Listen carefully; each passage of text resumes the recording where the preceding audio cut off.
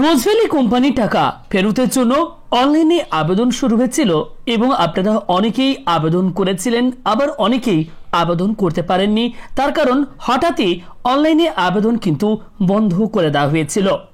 এই মুহূর্তে নতুনভাবে আবারও কিন্তু অনলাইনে আবেদন শুরু হয়েছে, তবে ফর্মের মধ্যে অনেক কিছু পরিবর্তন আনা হয়েছে। আপনারা যারা টাকা ফেরতের জন্য আবেদন করবেন, এই নিউ প্রসেসে কিভাবে আপনারা ফর্মটি ফিল আপ করবেন, কোন কোন ডকুমেন্ট আপনাদেরকে অনলাইনে সাবমিট করতে হবে এবং ফর্ম সাবমিট করার পর অ্যাকনলেজমেন্ট নাম্বার আপনি কিভাবে পাবেন, সেই নাম্বার দিয়ে কিভাবে স্ট্যাটাস চেক করবেন, এই ভিডিওটিতে আমি সম্পূর্ণ নিউ প্রসেসটি আপনাদেরকে স্টেপ বাই স্টেপ দেখাবো।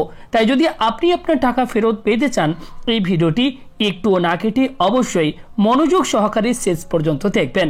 আসুন আজকের এই গুরুত্বপূর্ণ ভিডিও শুরু করা যাক। যারা এই মুহূর্তে ভিডিওটি দেখছেন, সবার কাছে করব রিকোয়েস্ট, প্রত্যেকেই ভিডিওতে একটি লাইক করুন। ভিডিওটি আপনি আপনার বন্ধু বান্ধব প্রিয়জন প্রত্যেকের সাথে বেশি বেশি করে শেয়ার করে দিন, যাতে এই ভিডিওটি সবার কাছে পৌঁছে যায়। আর এই চ্যানেলে পরবর্তী আপডেট পেতে চ্যানেলটিকে সাবস্ক্রাইব করুন। যারা অলরেডি সাবস্ক্রাইব করে রেখেছেন সকলকে জানাই অসংখ্য ধন্যবাদ। কিভাবে করবেন, আপনারা প্রত্যেকেই গুগলে যাবেন, গুগলে গিয়ে জাস্ট আপনারা সার্চ করবেন রোজভ্যালি রিফান্ড লিখে। এরপর একটু স্ক্রল করে নিচের দিকে আসার পর এখানে আপনারা একটা অপশন পাবেন, এই যে দেখতে পাচ্ছেন Rose Valley asset disposal committee. Just এই ওয়েবসাইটটির ওপর আপনারা ক্লিক করবেন। সঙ্গে সঙ্গে দেখবেন rosevellyadc.com, এই যে ওয়েবসাইট রয়েছে Rose Valley asset disposal committee appointed by honourable high court of Calcutta, এই ওয়েবসাইটটি আপনাদের কাছে ওপেন হবে। এই ওয়েবসাইটটি ওপেন হওয়ার পর আপনারা কি করবেন, এখানে রাইট সাইডের এখানে 3 ডট মেনুর ওপর জাস্ট একবার ক্লিক করবেন। ক্লিক করলে এখানে নিচের দিকে আপনারা একটা অপশন পাবেন আপলোড সার্টিফিকেট। জাস্ট প্রত্যেকেই এখানে আপনারা অপশনটির ওপর ক্লিক করে দেবেন। দেখবেন আপনার কাছে একটা নতুন ফর্ম আপনার কাছে ওপেন হবে। একটু ওয়েট করবেন, ফর্মটি আপনাদের কাছে ওপেন হয়ে যাবে। দেখুন এখানে বলা হচ্ছে আপলোড সার্টিফিকেট। এবার এই ফর্ম আপনারা কিভাবে ফিল আপ করবেন, কারণ এই নতুন ফর্মের মধ্যে অনেক কিছু পরিবর্তন করা হয়েছে। ভিডিওটি আপনারা প্রত্যেকেই স্কিপ না করে দেখবেন, কারণ কোনো একটা স্টেপ মিস করলে আপনার কিন্তু নিজেদের প্রবলেম হতে পারে। ওকে, এখানে কি করবেন, সবার প্রথম দেখুন বলা হচ্ছে নেম অফ দ্য ইনভেস্টার। এখানে সবার প্রথম বলা হচ্ছে নেম অফ দ্য ইনভেস্টার। এখানে কি করবেন, সিলেক্ট কোম্পানি। এখানে রোজভ্যালির বিভিন্ন যে ডিপার্টমেন্ট ছিল, বিভিন্ন যে কোম্পানি ছিল রোজভ্যালির নিজস্ব, সেই কোম্পানিগুলির নাম এখানে আপনারা পেয়ে যাবেন, যেমন Adreja gold corporation limited, brand value communication limited. তা আপনার কাছে যে রোজভ্যালির যে সার্টিফিকেট যেটি রয়েছে, কোন কোম্পানির মধ্যে আপনি টাকাটি রেখেছিলেন বা কোন ডিপার্টমেন্টে আপনি টাকাটি রেখেছিলেন। আমার রোজভ্যালি মার্কেটিং ইন্ডিয়া লিমিটেড, এটাকে আমি এখানে সিলেক্ট করে নিলাম। ওকে, দেন নিচের দিকে যদি আসেন, এখানে দেখুন বলা হচ্ছে ফার্স্ট ইনভেস্টার। আপনার ফার্স্ট ইনভেস্টারের নামটি এখানে আপনি লিখবেন। ওকে, দেন বলা হচ্ছে এজ, এখানে আপনি এজ লিখে দেবেন। দেন বলা হচ্ছে জেন্ডার, এখানে ক্লিক করে আপনি মেল ফিমেল যেটা হবে আপনার, সেটা আপনি এখান থেকে সিলেক্ট করে নেবেন। এরপর বলা হচ্ছে ফোন নাম্বার, এখানে আপনি আপনার ফোন নাম্বারটা অবশ্যই বসাবেন। ফোন নাম্বার বসানোর পর এখানে কি করবেন, এখানে ফোন নাম্বার বসানোর পর নিচে দেখুন নতুন একটা অপশন অ্যাড করা হয়েছে ভেরিফাই ফোন নাম্বার। এটা কিন্তু আগের ফর্মের মধ্যে ছিল না, এখন কিন্তু আপনাদেরকে ফোন নাম্বারটি ভেরিফাই করতে হবে। ফোন নাম্বার বসানোর পর জাস্ট ভেরিফাই ফোন নাম্বার ওপর ক্লিক করে দেবেন।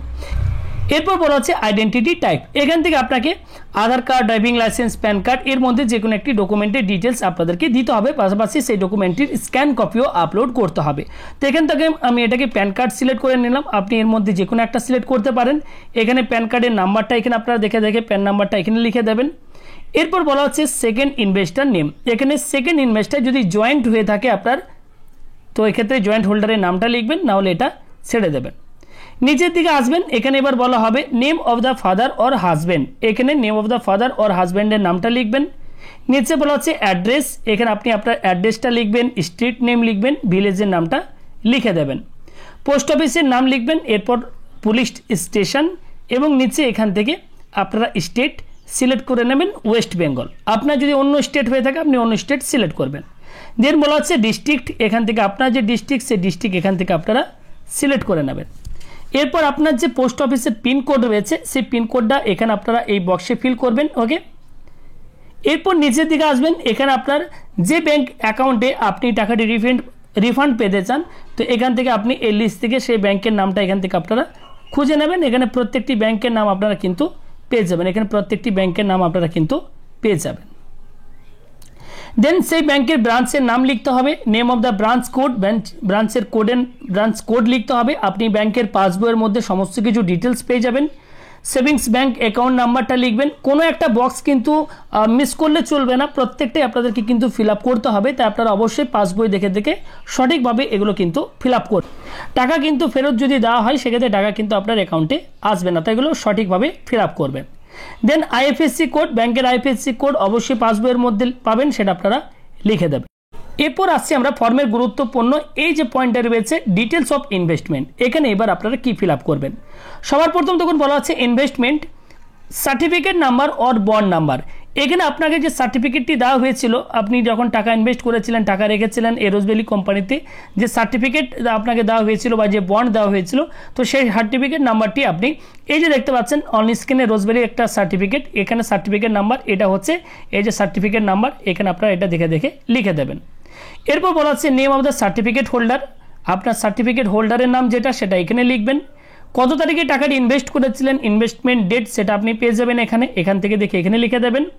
অ্যামাউন্ট অফ ইনভেস্টমেন্ট, আপনি কত টাকা ইনভেস্ট করেছিলেন। যদি আপনি ধরুন ওয়ান টাইম ইনভেস্ট করেছিলেন, যদি 20,000 টাকা ইনভেস্ট করেছিলেন 5 বছরের জন্য, তো এখানে আপনি 20,000 টাকা লিখবেন। যদি আপনি রেকারিং সিস্টেম করেছিলেন, মাসে 500 টাকা করে দিয়েছিলেন, আপনি হয়তো 1 বছর চালিয়েছিলেন, 5 পারাং 60, 6,000 টাকা, বাকি আপনি আর চালাননি, সেক্ষেত্রে যত মাস আপনি টাকা দিয়েছিলেন সেই টাকার অ্যামাউন্টটা এখানে লিখবেন। ডেট অফ ম্যাচুরিটি, ডেটটা এখানে আপনি লিখে দেবেন। Amount received at maturity, refund by company if any, যদি আপনি কোম্পানি থেকে কোনো টাকা আপনি কখনো পেয়েছেন তো সেক্ষেত্রে সেই অ্যামাউন্টটা লিখবেন, যদি না পেয়ে থাকেন তাহলে এখানে 0 লিখে দেবেন। এরপর বলা হচ্ছে অ্যামাউন্ট, এরপর দেখুন বলা হচ্ছে amount of principal not refund, amount of clans, আপনি কত টাকা ক্লেম করতে চাইছেন, যে টাকাটি আপনি জমা করেছেন সেই টাকাটা এখানে লিখবেন। ওকে, এরপর বলা হচ্ছে অ্যামাউন্ট এন্টাইটেল টু গেট, আপনি কত টাকা পাবেন, যে টাকাটা আপনি দিয়েছেন সেই টাকাটাই আপনি পাবেন ধরুন, তো সেটা আপনি এখানে লিখে দেবেন। এবার একটাই যদি আপনার সার্টিফিকেট থাকে তো একটাই আপনি সার্টিফিকেটের ডিটেলস এখানে ফিল আপ করবেন। যদি একের অধিক সার্টিফিকেট থাকে সেক্ষেত্রে আপনাকে কিন্তু আলাদা আলাদা করে ফর্ম ফিল আপ করতে হবে, কারণ এখানে একটা সার্টিফিকেটেরই ডিটেলস কিন্তু আপনি দিতে পারবেন। সব কিছু ফিল আপ হয়ে যাওয়ার পর এরপর নিচে দেখুন অপশান পাবেন আপনি কন্টিনিউ ফর ডকুমেন্ট আপলোড, এখানে আপনি অপশন পেয়ে যাবেন কন্টিনিউ ফর ডকুমেন্ট আপলোড।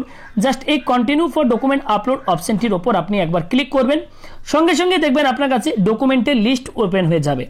সবার প্রথম আপনাকে সার্টিফিকেট যেটি রয়েছে অরিজিনাল সার্টিফিকেট সেটি স্ক্যান কপি আপনি পিডিএফ বা জেপিজি ফরম্যাটে দিতে পারেন। আমি পিডিএফ ফরম্যাটে দেখতে পাচ্ছেন আপলোড করছি, এখানে আপনি প্রথমে স্ক্যান করে নেবেন পিডিএফ ফরম্যাটে অরিজিনাল আপনার সার্টিফিকেটটি, সেটি আপনি এখানে আপলোড করে দেবেন।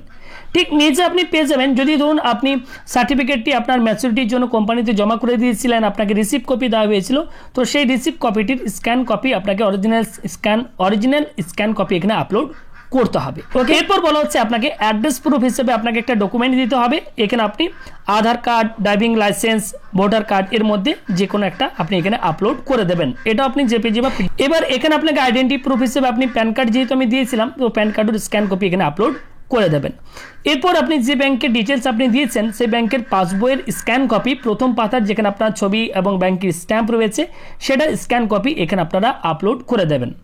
নিচের রয়েছে ক্যান্সেল চেক, অবশ্যই আপনারা অনেকেই কমেন্ট করেছিলেন আমাদের আগের ভিডিওতে, দাদা ক্যান্সেল চেক আমাদের অনেকের নেই, আমরা কি করব, শুধু পাসবইটা দিয়ে দিলেই চলবে কিনা। দেখুন যেহেতু এখানে পাসবইয়ের জন্য আলাদা একটা অপশন দেওয়া হয়েছে, ক্যান্সেল চেকের জন্য একটা আলাদা অপশন দেওয়া হয়েছে, সেক্ষেত্রে আমি আপনাদেরকে বলবো যদি আপনার কাছে ক্যান্সেল চেক থাকে সেক্ষেত্রে অবশ্যই আপনি ক্যান্সেল চেকের স্ক্যান কপি আপলোড করবেন।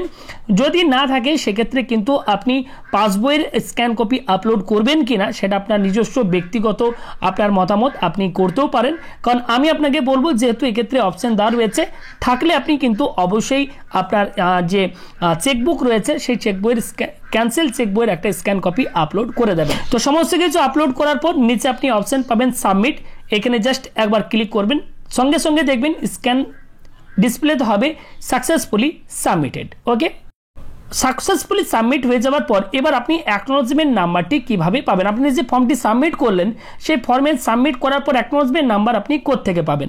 এর জন্য কি করবেন, আপনি আবারও অফিসিয়াল ওয়েবসাইটটিতে চলে আসবেন। আসার পর এখানে আপনি আবারও অপশন পাবেন, এখানে একটা আমি দেখাচ্ছি আপনাদেরকে, এই যে অপশন পাবেন এখানে আপনি ইনভেস্টর, এই ইনভেস্টর অপশনটির ওপর ক্লিক করবেন। ক্লিক করলে একটু ওয়েট করবেন, একটা নতুন পেজ ওপেন হবে। এবার দেখুন এখানে বলা হচ্ছে enter certificate or acknowledgement number. এখানে কি করবেন, আপনি যে সার্টিফিকেটের ডিটেলসটি আপনি আপলোড করেছিলেন ফর্ম ফিল আপ করার সময়, সেই সার্টিফিকেট দেখে সার্টিফিকেট নাম্বারটি এখানে বসাবেন। এরপর আর ইউ হিউম্যান, এখানে এই 5+8 এটা ক্যালকুলেশন করে এখানে টোটালটা এখানে বসিয়ে দেবেন। ওকে, এখানে আপনি 5+8 অর্থাৎ টোটাল হচ্ছে আপনার 13, এটা আপনি বসিয়ে দেবেন। এরপর এখানে কি করবেন, পাশে এখানে এই যে দেখতে পাচ্ছেন সার্চ বটন, এই সার্চ বটনটির উপর ক্লিক করবেন।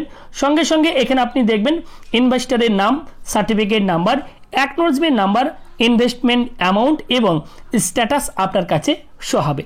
ওকে, এখান থেকে আপনি এই অ্যাকনলেজমেন্ট নাম্বারটি লিখে রাখতে পারেন বা এটাকে আপনি প্রিন্ট আউট করে অবশ্যই নিজের কাছে রেখে দেবেন। তো এই ছিল সম্পূর্ণ নিউ প্রসেস, যেটা আপনাদেরকে এই ভিডিওতে আমি দেখালাম। এই প্রসেস ফলো করে প্রত্যেকে আপনারা রোজভ্যালি টাকা ফেরতের জন্য আবেদন করুন। আশা করছি যদি পরবর্তী সময়ে টাকা রিফান্ড করা হয় বা টাকা ফেরত দেওয়া হয়, সেক্ষেত্রে সঠিকভাবে ফর্মটি ফিল আপ করলে আপনি কিন্তু অবশ্যই টাকাটি ফেরত পাবেন। ভিডিওটি ভালো লাগলে অবশ্যই প্রত্যেকে একটি লাইক করবেন। আপনাদের কোনো কিছু জানার থাকলে কমেন্ট করে জানাবেন এবং এই ভিডিওটি অবশ্যই আপনাদের কাছে রিকোয়েস্ট করব, প্লিজ বেশি বেশি করে ভিডিওটি শেয়ার করবেন, যাতে আপনার একটি শেয়ারের মাধ্যমে হাজার হাজার লক্ষ লক্ষ মানুষের কাছে আমাদের এই ভিডিওটি পৌঁছে যায় এবং তারা নিজেরাই ঘরে বসেই নিজের ফর্মটি নিজেই ফিল আপ করতে পারে। মনে রাখবেন, আপনার একটি শেয়ারের মাধ্যমে হয়তো অনেক মানুষের উপকার হয়ে যেতে পারে। ভিডিওটি সম্পূর্ণ দেখার জন্য আপনাদের সকলকে জানাই অসংখ্য ধন্যবাদ।